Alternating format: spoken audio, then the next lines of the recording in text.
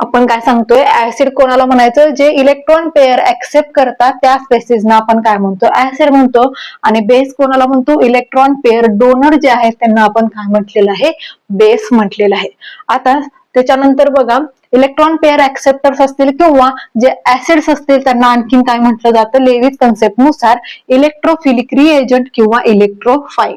ठीक आहे. इलेक्ट्रोफाईल म्हणजे काय आहे, इलेक्ट्रॉन लव्हिंग स्पेसिस, ज्या स्पेसिसना इलेक्ट्रॉन्स हवेसे वाटतात किंवा आपल्याकडे अट्रॅक्ट करून घेतात त्या स्पेसिसना आपण काय म्हणतो, इलेक्ट्रोफाईल म्हणतो. ठीक आहे. ह्या स्पेसिस काय करतात, इलेक्ट्रॉन पेअरला ऍक्सेप्ट करतात. त्याच्यानंतर इकडे बघा, न्यूक्लिओफिलिक रिएजंट म्हणतात आणि न्यूक्लिओफाईल म्हणतात.